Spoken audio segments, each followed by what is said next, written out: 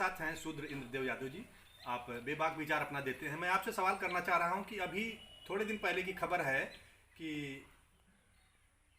प्रदेश सरकार ने, उत्तर प्रदेश सरकार ने कांवड़ यात्रा के लिए लोगों के लिए थोड़ा सा हमदर्दी रखते हुए उसको संपन्न कराने की कोशिश किया, लेकिन उस पर रोड़ा लगाया सुप्रीम कोर्ट ने। और उसके बाद जो स्थिति उभर करके आई, वो कांवड़ यात्रा उत्तर प्रदेश में रोकी गई है। लेकिन इसके बावजूद भी तरह की घटनाएं दिखाई दे रही हैं कि इक्का दुक्का जगह जगह लोग कांवड़ यात्रा के उस दृश्य को प्रस्तुत कर रहे हैं। उसको लेकर के कई जगह दुर्घटनाएं भी हुई हैं, हादसे भी हुए हैं। तो क्या कहना चाहेंगे शूद्रदेव यादव जी? अभी एक उत्तर प्रदेश के नेता ने, ओम प्रकाश राजभर ने, उस पर जो बात कही है उसको लोग विवादित बात कह करके चर्चा उस पर चल रही है। उन्होंने शायद ये कहा है कि ये कांवड़ यात्रा के जरिए लोगों को नशे की ट्रेनिंग दी जाती है, गांजा, शराब, गुटखा और इस तरह की चीज़ें, और इसके जरिए हमारे पिछड़े समाज के लोगों को शिक्षा से वंचित करने का की एक साजिश है। इस तरह की बात निकल करके आई है। आप के क्या विचार हैं? देखिए, कोई भी जो धर्म है, पहले तो मैं आपको धन्यवाद दे दूं। कोई भी जो धर्म होता है वह लोगों को अफीम की तरह चढ़ाया जाता है, उसको बेहोश किया जाता है कि लोग अफीम के आदी बने।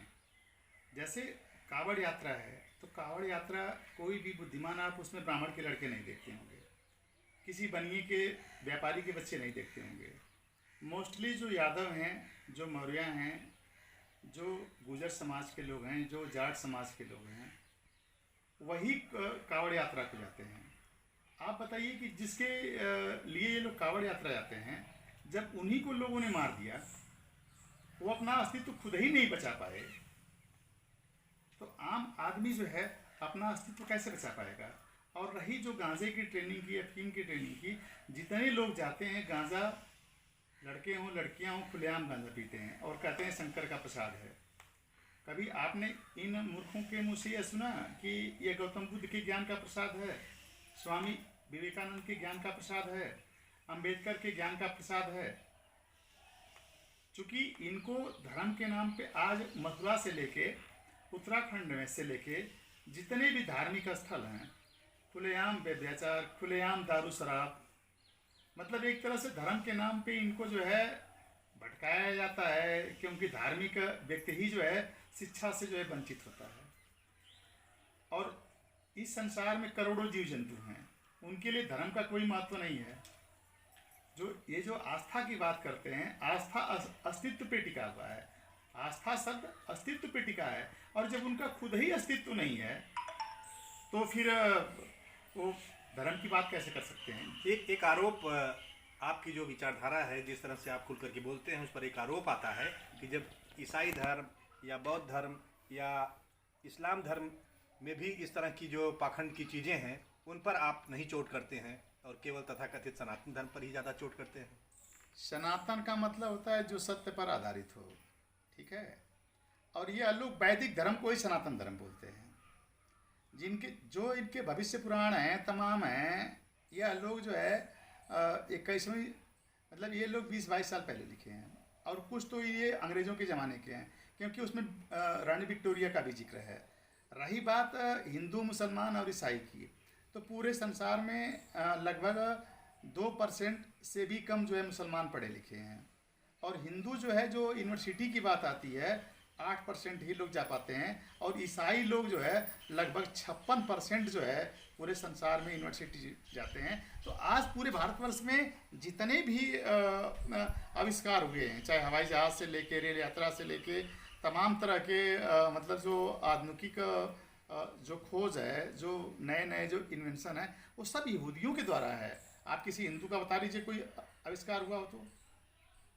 ये तो भूत प्रेत, जादू टोना में ही तो विश्वास करते हैं। इनका कोई भी आविष्कार हमको बता दीजिए जो आधुनिक युग का हो, जो मॉडर्न एज का कोई भी जो इनका आविष्कार हो, हमको बता दीजिए। आर्यभट्ट से लेकर के कई सारे नाम लिए जाते हैं। आर्यभट्ट से लिए जाते हैं, लेकिन वो जो है आधुनिक युग का नहीं है, वो मॉडर्न एज का नहीं है सर। और उनका उपयोग आज के आधुनिक युग में बिल्कुल न के बराबर है। आधुनिक युग में न के बराबर है। अब जैसे ये लोग कहते हैं कि मुसलमान, हमारा हिंदू धर्म खतरे में है, मुसलमान लोग रहे तो कोई खतरे में नहीं रहा। अब हूड़ आए, शक आए, कुषाण आए, कोई भी आया तो इनका धर्म तो नहीं खतरे में था। आज ये बताइए, प्रधानमंत्री से लेके, राष्ट्रपति से लेके, जो है क्या नाम है, उपराष्ट्रपति से लेके, मुख्यमंत्री से लेके सारे हिंदू हैं, कोई भी तो मुसलमान नहीं है, तो फिर खतरे में कहाँ है? कुछ लोग हैं जिनका बौद्धिक विकास हमको लगता है कि पूरी तरह से नहीं हुआ, वो लोग इस तरह की बातें करते हैं। जिम्मेदार पदों पर बैठे हुए लोगों की भाषा थोड़ा बदल जाती है, जब वो विपक्ष में होते हैं, जब सत्ता में नहीं होते तो उनकी भाषा कुछ और होती है, और जब वो उस कुर्सी पर पहुंचते हैं, उस जिम्मेदारी पर पहुंचते हैं, तब उनकी रीति नीति और कार्यशैली भी बदली हुई नजर आती है। सर, राजनीति में ये लोग धर्म को जोड़ के आगे ले आते हैं, राजनीति और धर्म को जोड़ते हैं, जबकि प्राचीन काल में ऐसा नहीं था। मध्यकाल में जरूर जो है राजनीति और धर्म को एक साथ जोड़ा गया, जिसके हमें काफ़ी परिणाम, मतलब जो है गलत परिणाम आए समाज में।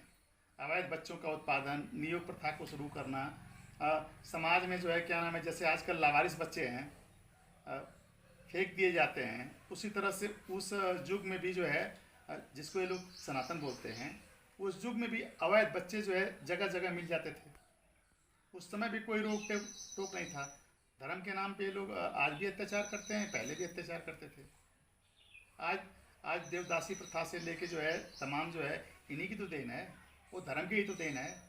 धर्म का जो पंथ के रूप में या संप्रदाय के रूप में है, उसको तो उस पर तो बहुत समीक्षाएं हो सकती हैं, लेकिन धर्म का जो एक सामान्य अर्थ लिया जाता है कि सदाचार, अच्छा आचरण, अच्छी सोच, अच्छा विचार। मैं समझता हूँ कि अगर ऐसा धर्म हो तो पूरी दुनिया के लिए फायदेमंद है। लेकिन जो धर्म एक पंथ एक दूसरे से लड़ाने की बात करता है, हम ही सर्वोपरि हैं, दूसरा नीचे है, ये ऊंच नीच वाली बात बताना ये ठीक नहीं। सर देखिए, धर्म का सीधा सीधा मतलब होता है जिसको धारण करने से पूरे संसार की भलाई हो। हाँ, वो उसमें वो धर्म है। और धर्म और संप्रदाय में अंतर होता है, धर्म व्यक्तिगत होता है।